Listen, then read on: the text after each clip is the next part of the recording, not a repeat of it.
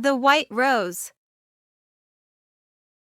In a garden filled with bushes, out from between a load of grass and weeds, there appeared, as if from nowhere, a white rose.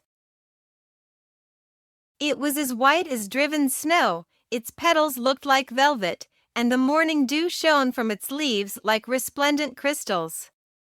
The flower couldn't see herself, so she had no idea how pretty she was. And so it was that she spent the few days of her life, until wilting set on, without knowing that all around her were amazed by her and her perfection, her perfume, the softness of her petals, her elegance. She didn't realize that everyone who saw her spoke well of her.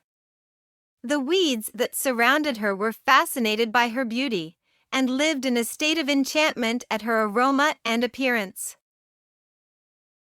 One hot, sunny day, a girl was strolling through the garden, thinking about how many lovely things Mother Nature has given us, when she suddenly saw a white rose in a forgotten part of the garden.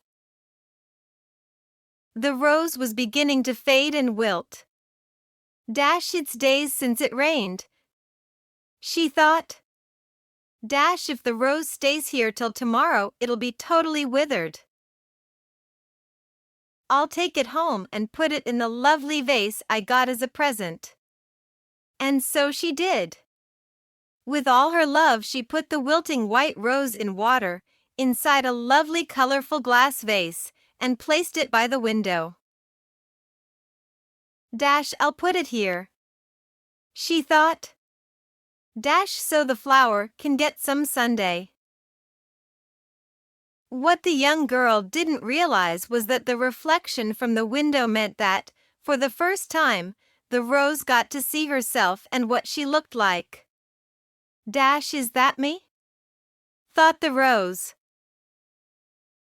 Little by little her drooping leaves began to rise, once again stretching up towards the sun, and, gradually, the rose recovered her former appearance.